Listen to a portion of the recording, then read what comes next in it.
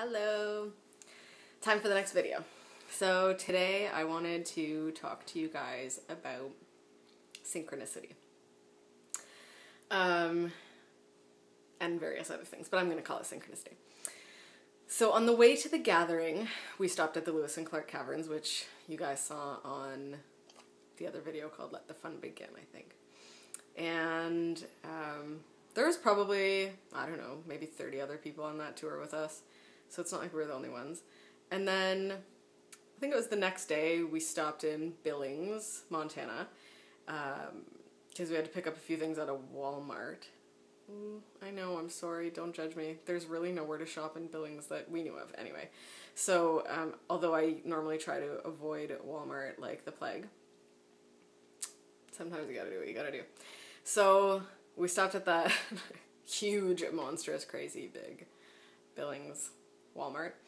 And then the next day we made it to the gathering. And when we got there, we set up the tent and had everything going, and my travel partner went off and was making friends and setting up teepees, and I went to the powwow circle because they had the sacred fire already lit, and they had the firekeeper there, and there was a few people kind of just being quiet around the fire. And that was kind of more along the lines of what I was feeling that night. So I was sitting there, and this gentleman walked up to me, and he had this big smile on his face, and he said, "I think I saw you at Walmart." And I was like, "Walmart? Pardon me?" And he said, "Were you in Billings at the Walmart yesterday?" And I said, "Yeah." And he said, "And did you go on the tour of the Lewis and Clark Caverns the day before?" And I said, "Oh my god, yeah, I totally remember you."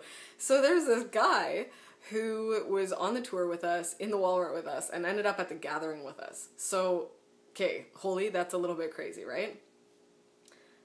That was kind of like it spanned part of Montana. It wasn't even just one city. And then we ended up at the same spot, and he said that because he had seen me so many times, he knew that, you know, he needed to talk to me for some reason. So he ended up sitting down, and we had a great conversation for a few hours, and it was really good on many different levels. It was one of those people where there's some sort of connection, you know?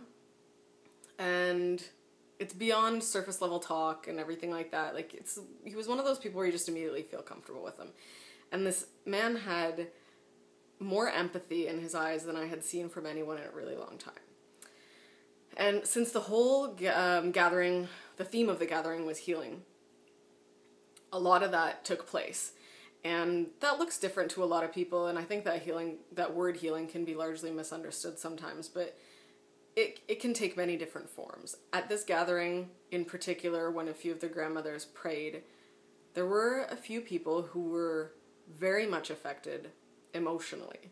And people around this powwow circle kind of started crying randomly.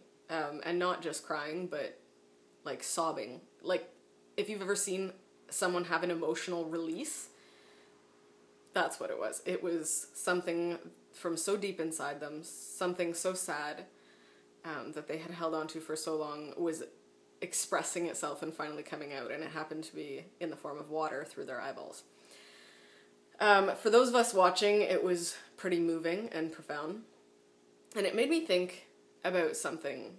You know, here in the Western world, we call those kinds of things a breakdown, whereas people in other parts of the world call it a healing.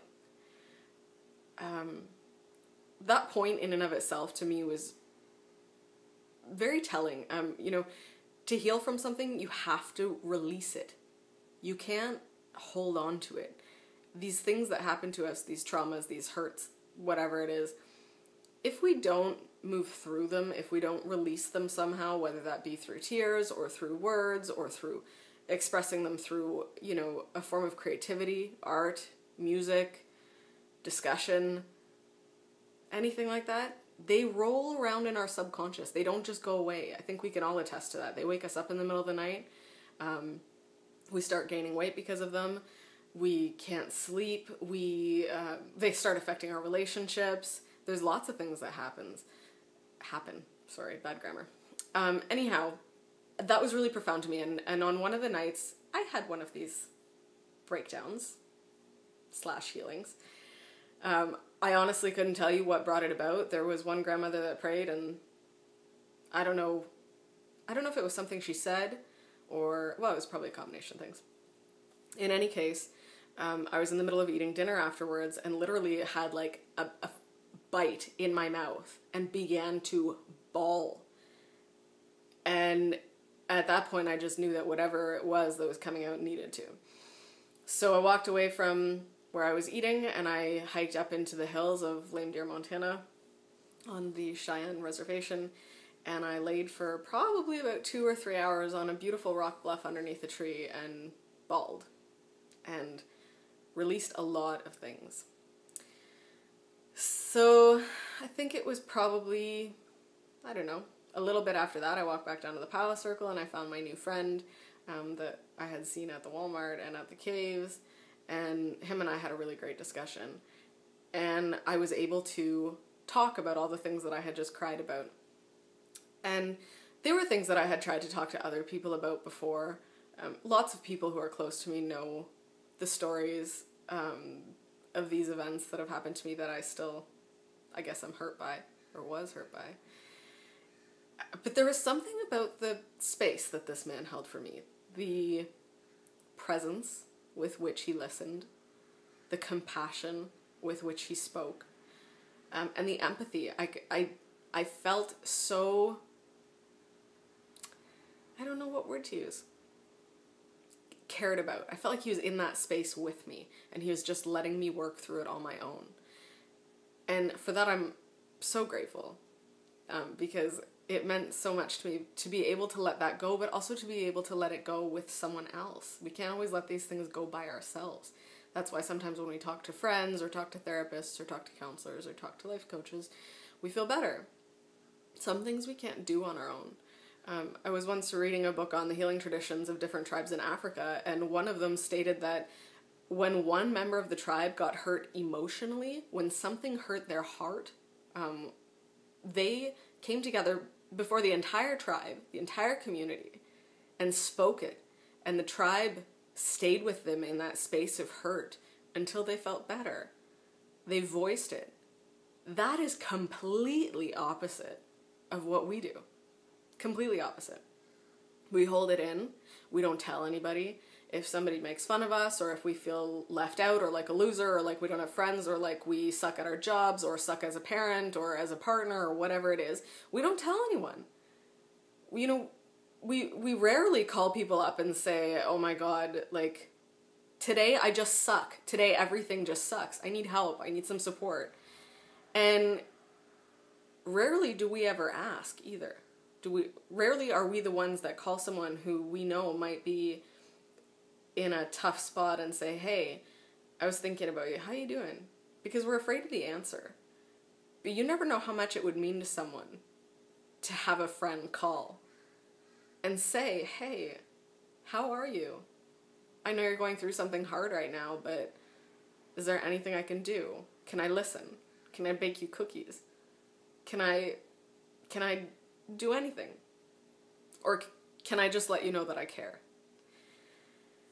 Anyway, this is all that came from the story of Synchronicity. And I'm going to end it by saying this. I wrote a blog last night because there was somebody that I knew passed away. They were actually killed. And it got me thinking about death and life and all these things.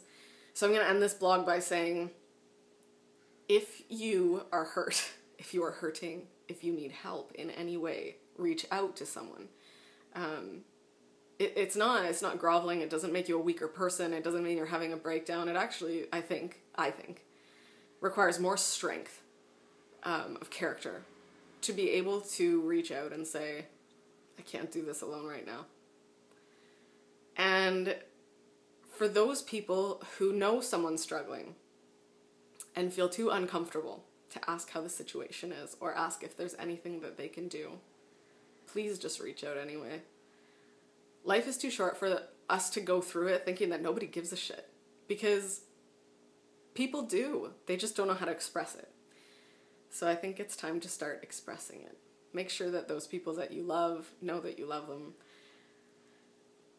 Stop fighting about stupid stuff. Pick your battles wisely. I'm not saying never fight. I'm just saying fight about stuff that matters, not stuff that doesn't. At the end of the day, it's not going to matter, you know, how clean our house was, how lovely the neighbors thought that we were when we were rotten to our own families. None of that's going to matter. What matters is connection. What matters is love. So make sure that the people around you know that you love them and that you care about them and that you're there for them. And I think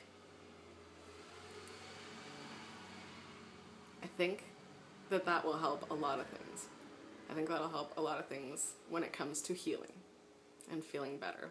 And it might even help you sleep at night. Anyway, that's my video for this week.